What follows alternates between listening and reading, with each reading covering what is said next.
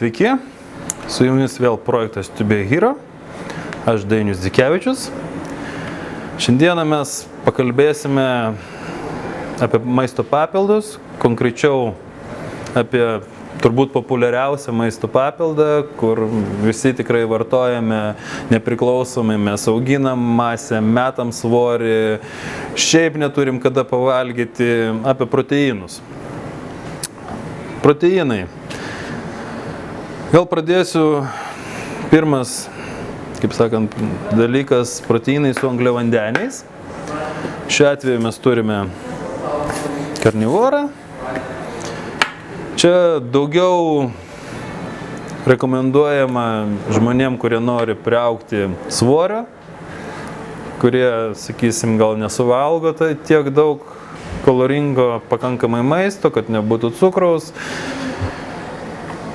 Taip, reikėtų vėlgi žiūrėti kiekvieną porciją, kiek turi baltymų, be abejo vėlgi cukraus turėtų būti minimaliai.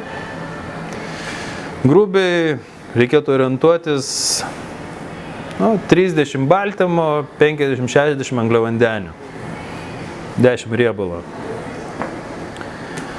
Toliau, vėlgi turime visą eilę produktų, tik baltymas.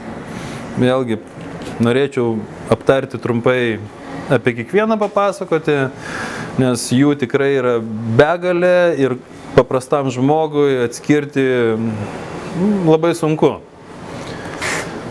Pirmas, išrūgų baltymas. Turbūt vienas populiariausių. Sakysim, jisai rekomenduojamas žmonėm norintiem auginti liesą masę, palaikymui, dietos metu. Vėlgi rekomenduočiau, kad porcija būtų 25-30 gramų per kartą. Sekantis. Išrūgos izoliatas. Vėlgi izoliatas yra greičiausiai virškinamas baltymas, tai po treniruotės mums turbūt būtų geriausias variantas. Jeigu neklystu, apie valandą pasisavinimas, atsistatymui daug amino rūgščių, riebalo nėra, angliavandenių irgi, kiek čia minimaliai 2 gramai. Taip, sekantis, kazeinas.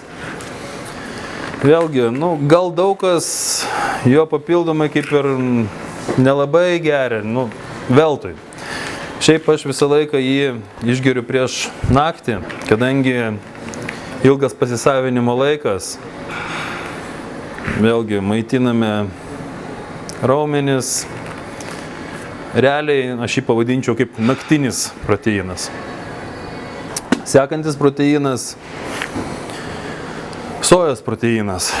Jį rekomenduojama gerti žmonėm, kuriem gal pieno produktai su virškinimu paprasčiausiai nėra gerai virškinami. Kai variantas irgi visai įdomus.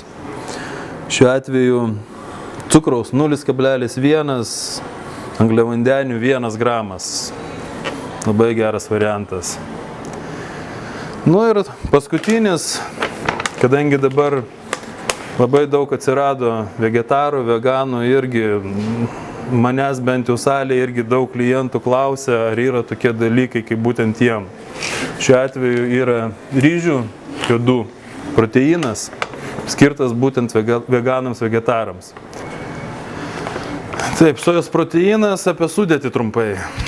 Čia nereikia bijoti. Praktiškai 50-50 yra angliavandenių ir baltymų. Aišku, proteinas yra iš ryžių. Negali būti, kad jau būtų visai be angliavandenių. Bet šiuo atveju, kadangi yra toksai poreikis, turbūt idealiausias variantas. Tai tiek šiandien apie proteinus. Ką norėčiau pasakyti? Labai norėčiau, kad uždavinėtumėt klausimus. Tikrai laukiu jų, norėčiau atsakyti. Gal nebūtinai apie proteinus, gali būti apie kažkokius kitus papildus, gali būti apie kokie jums skoniai patinka, kokie norėtųsi, galų gale kokie skoniai nepatinka. Gal mes kažkaip tai galėtumėm bendrai papasakoti žmonėm apie tos pačius gamintojus. Tai ką, su jumis buvo Dainius Dzikevičius, projektas Tubėjo Hero. Iki sekančių susitikimų, laukiu jūsų klausimų, dėkite laikus, uždavinėkite klausimus. Iki.